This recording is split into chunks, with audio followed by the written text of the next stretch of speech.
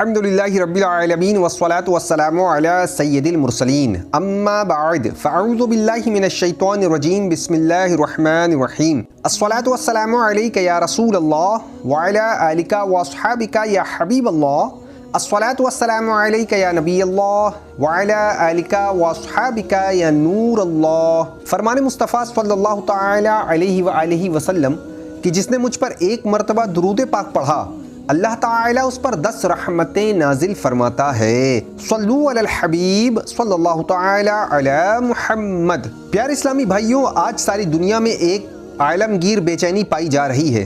کوئی ملک، کوئی شہر اور کوئی گاؤں بلکہ کوئی گھر ایسا نہیں جہاں بد امنی اور بے چینی نہ پائی جاتی ہو۔ آج ہر شخص بے چینی کا شکار نظر آ رہا ہے۔ آہ نادان انسان شراب و رباب کی محفلوں، سینما گھروں کی گلیاروں، ڈرامہ گاہوں، فحش و عریانی سے مرصع نائٹ کلبوں اور جنسی و رومانی ناولوں کے مطالعہ میں سکون کی تلاش میں سرگردہ ہے۔ آخر سکون کہاں ملے گا؟ آئیے قرآن سے سوال کرتے ہیں۔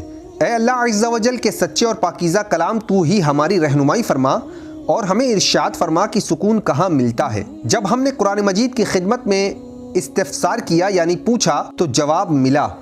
ترجمہ کنز الایمان، سن لو، اللہ عز و جل کی یاد ہی میں دلوں کا چین ہے۔ گویا یہ بے چینی اور بے اطمینانی ذکر اللہ عز و جل سے غفلت کی وجہ سے ہے۔ اللہ عز و جل کا ذکر دل کی غذا ہے، اور دل اگر اپنی غذا نہ پائے تو بے چین نہ ہو تو کیا ہو؟ معلوم ہوا کہ یہ پریشانیاں اور حیرانیاں محض اللہ عز و جل کے ذکر سے غفلت کے باعث ہیں۔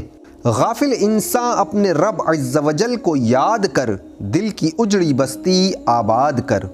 پیارے اسلامی بھائیوں، یاد رکھیے کہ دنیا کی ہر چیز اللہ عز و جل کی تمہید و تقدیس میں رطب اللسان ہے۔ ترجمہ کنز الایمان یعنی اور کوئی چیز نہیں جو اسے سراہتی ہوئی اس کی پاکی نہ بولے، چنانچہ اس کے مطابق کوئی شے بھی اس کی تسبیح سے غافل نہیں۔ صلو علی الحبیب صلی اللہ تعالی علی محمد۔ حضرت صدر الافاضل مولانا نعیم الدین مراد آبادی رحمۃ اللہ تعالی علیہ اپنی تفسیر خزائن العرفان میں فرماتے ہیں کہ حضرت ابن عباس رضی اللہ تعالی عنہ نے فرمایا کہ ہر زندہ چیز اللہ عز و جل کی تسبیح کرتی ہے اور ہر چیز کی تسبیح اس کے حسب حیثیت ہے۔ مفسرین نے کہا ہے کہ دروازہ کھولنے کی آواز اور چھت کا چٹکنا یہ بھی تسبیح کرتا ہے، اور ان سب کی تسبیح سبحان اللہ و بحمدہ ہے۔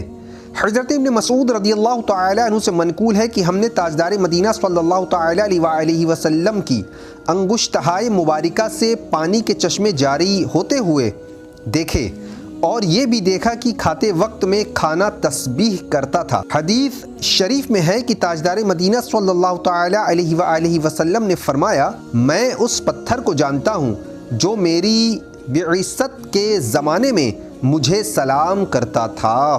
ابن عمر رضی اللہ تعالی عنہ سے مروی ہے کہ سرکار مدینہ صلی اللہ تعالی علیہ وآلہ وسلم لکڑی کے ایک ستون سے تکیہ فرما کر خطبہ فرمایا کرتے تھے۔ جب ممبر بنایا گیا اور حضور صلی اللہ تعالی علیہ وآلہ وسلم ممبر پر جلوہ افروز ہوئے تو وہ ستون رو دیا۔ غمخوار آقا صلی اللہ تعالی علیہ وآلہ وسلم نے اس پر دستے کرم پھیرا اور شفقت فرمائی اور تسکین دی۔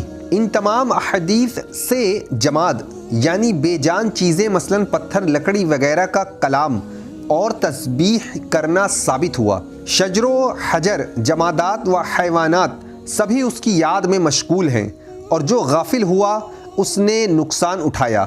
چنانچہ حدیث پاک میں آتا ہے، کسی درخت پر کلہاڑی اسی وقت چلتی ہے جب کہ وہ ذکر اللہ سے غفلت اختیار کرے۔ جو جانور ذکر اللہ سے غافل ہوتا ہے وہ ذبح کر دیا جاتا ہے۔